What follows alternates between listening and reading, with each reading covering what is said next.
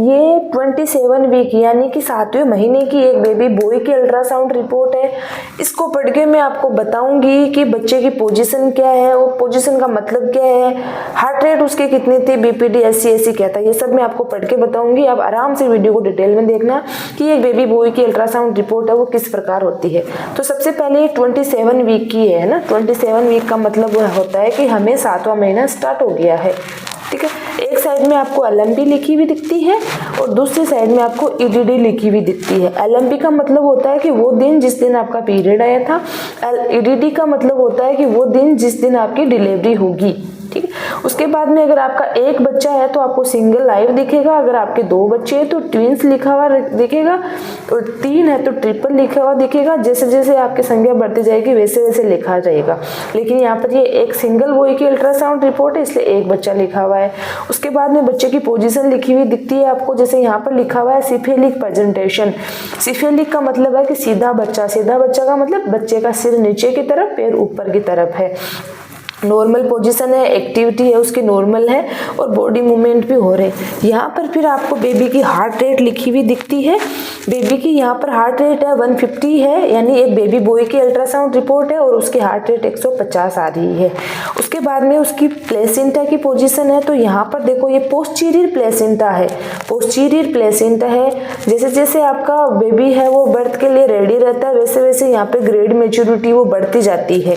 उसके बाद में एमनियोटिक फ्लूइड है वो पर्याप्त है। उसके बाद में आप ये ध्यान रखो बीपीडी ऐसी फीमर लेंथ, इनका क्या मतलब है।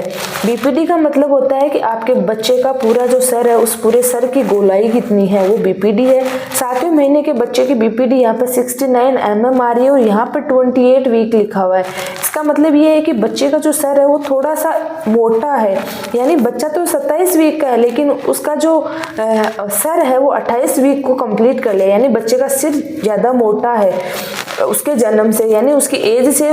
जो सिर किसी किसी बच्चे का सिर है वो मोटे मोटे सिर के बच्चे होते हैं ना, वैसे है ये वाला।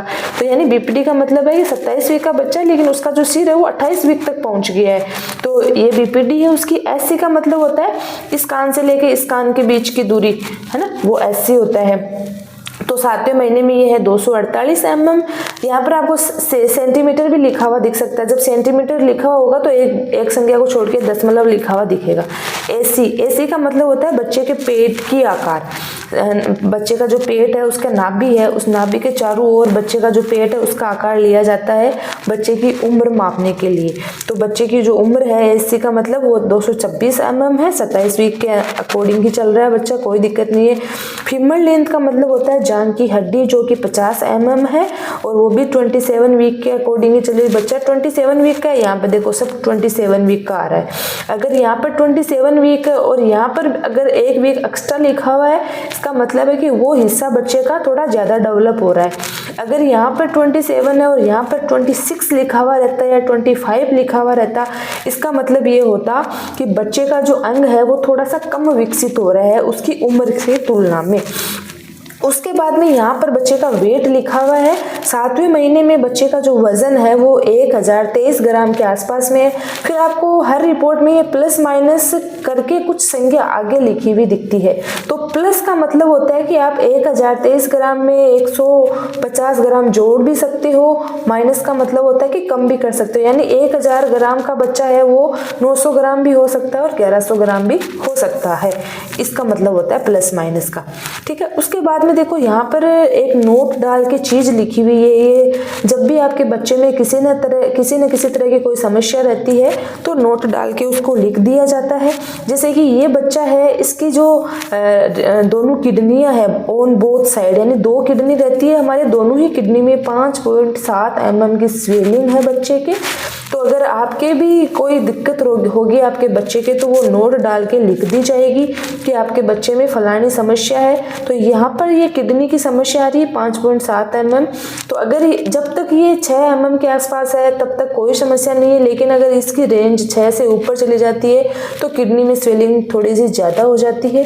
उस पर्पज में बच्चे के फेफड़े में पानी भर जाता है, बच्चे को सांस लेने में समस्या आती है, उसका टॉयलेट है वो नहीं बनता है, तो इस समय बच्चा थोड़ा सा अस्वस्थ हो जाता है।